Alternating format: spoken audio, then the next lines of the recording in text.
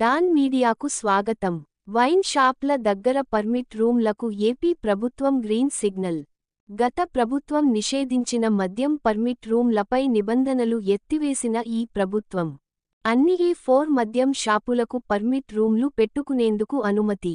సంవత్సరానికి 5 లక్షలు, రెట్ 55 లక్షల వరకు ఉన్న షాపులు మరియు 7.5 లక్షలు, రెట్ 65 నుండి 85 లక్షల షాపులు చెల్లించి లైసెన్స్ పర్మిట్ రూమ్లో సీల్డ్ బాటిల్ కొనుగోలు చేసిన వారే తాగేందుకు అనుమతి.